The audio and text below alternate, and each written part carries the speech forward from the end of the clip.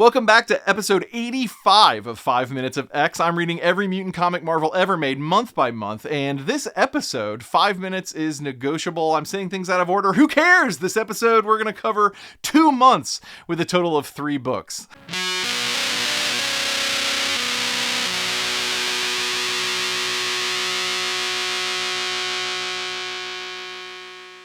Welcome back to 5 Minutes of X. May 12th, 1970, the Avengers number 78 hit the spinner racks. Roy Thomas wrote the issue and Sal Buscema drew it.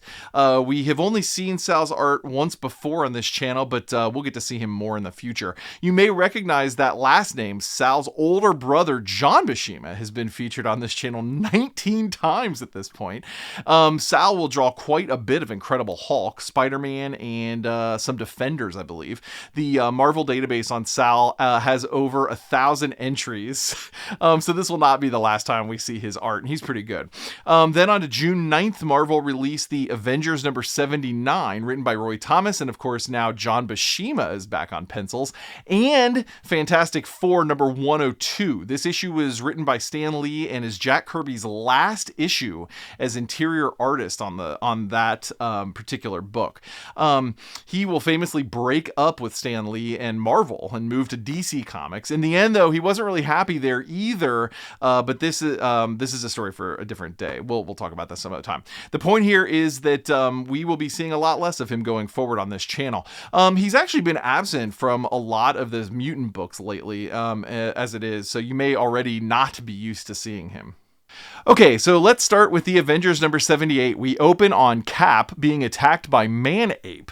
This is a reoccurring Black Panther villain who once competed with T'Challa for the throne back in Wakanda. Cap gets beat and thrown off the top of Avengers HQ. Quicksilver and Vision make the save before Cap splats, but the team really takes a beating here. Not a lot for Wanda and Pietro to do in this one. The end of the issue sees Black Panther and his love interest captured by Man-Ape.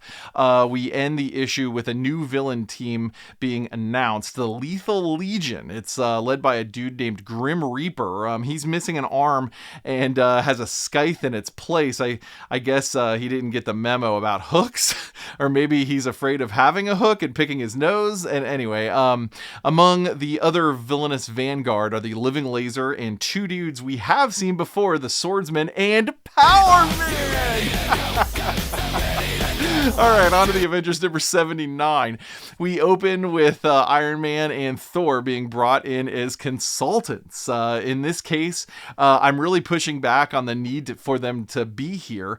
The stakes are a lot lower than Captain America seems to think they are. Black Panther is still captured, and Wanda and Pietro are cool heads for the most part in this planning phase regarding getting him back. Vision dons a rubber mask and normal clothes. He's going to go to the school where T'Challa teaches, under a different name, by the way. He doesn't go by T'Challa when he teaches, to let them know that that he won't be in to work. I guess that was really important. So the Grim Reaper is leading this team, as I mentioned, but he seems a little stressed out. He's just so stressed out on this page here. The baddies leave to take on the rest of the Avengers, and Black Panther escapes immediately before being recaptured. He is able to send a message to the team that it's a trap, but it's not really. It's just a warning about an attack and this silly hourglass that the Avengers will be placed in if/when they are captured. And you know Cap gonna spend some time in that hourglass. So they get put in the hourglass. And Vision inhabits Power Man's body somehow. I didn't know this was something he could do. I just didn't know about that. And there's this really weird callback. I'm going to try to explain it quickly. The Vision's human mental engrams were encoded from the believed to be dead Simon Williams, aka Wonder Man in the Marvel Universe, who is Reaper's brother. So here, the Reaper reads that the Vision's brain was sort of made with his dead brother. Comics are just weird. I don't know. It's fun. Reaper uses his own scythe to break the hourglass, and the Avengers capture the baddies and tie them up. Our final panels show Viz kind of lamenting that he can't really have a brother, and then he like quits the team and he flies off on his own.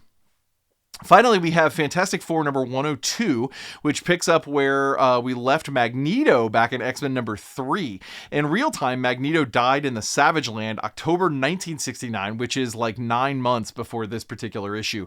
Namor is on his ship investigating a shockwave. It's actually from the base exploding when Jean caused, when she like telekinetically used Scott's eye beams and caused that explosion. Namor swims to the Savage Land and finds Magneto as the sole survivor.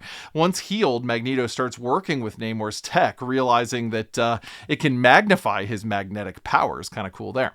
Magneto tries to build a case with Namor that they're equals and should join forces to war against the humans. Namor claims he is driven to peace while Magneto offers a veiled threat. While all this is going on, the Fantastic Four are trying to figure out why the magnetic fields in the city are going haywire. Reed Richards accidentally releases a missile towards the location of the rogue magnetic waves, and Namor's city takes the hit. At first, Namor blames Magneto, but Mags McBags is a slick mustache twirler, and he tricks Namor into thinking it was a preemptive attack from the Fantastic Four themselves. Still pushing for a join-up. Man, Magneto has been trying to team up with Namor since like issue 3 or 4 of the X-Men. Remember when he used magnets to astral project his body into the ocean to find him? Because he wanted to find him before the X-Men did. Oh, those were the days. All right, so through the rest of this issue, Magneto continually works to provoke the Fantastic Four to attack, ratcheting up both sides until an army of Atlantis mobilizes to attack New York City.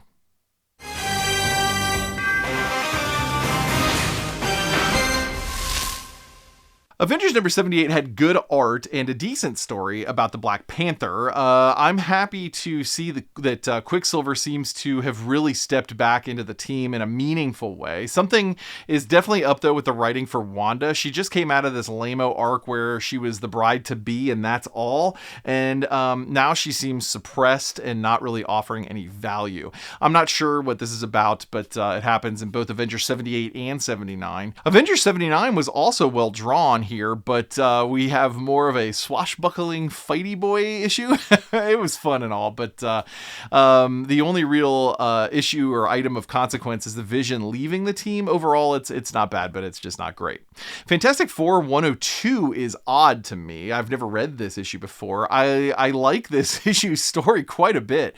Picking up with Namor saving Magneto on that island, then Mags McBags ratcheting up the fight between Namor and the Fantastic Four is really well written and totally in character for all involved. I also really liked seeing most of this issue through the eyes of the villains. This is a Fantastic Four book, but it's like 4 total pages of the First Family. Unfortunately and uncharacteristically, the art here is really rather poor. Magneto's helmet sits on his head in a way that makes him look just kind of dumb, like there's no padding inside the helmet or something, or there's no hair in there. I don't know. It looks bad.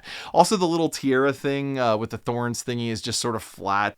All the characters in this book seem really stiff and kind of lifeless. The backgrounds are also kind of lackluster. It's just not Kirby's best work. Kind of heading off with a whimper here, and it kind of bums me out. He was probably rushed or maybe just demoralized with work and didn't want to work with Stan maybe, but it's a major weak point here, actually. Well, you survived another session in the Danger Room. Check out Jordy.com for character info, reading lists, and what else am I doing? I'm cooking up something. I don't know. New episodes drop Wednesdays at noon and Fridays at 4 p.m. Eastern. Remember, Chekhov's hourglass will always be filled at some point and then will always be broken by someone.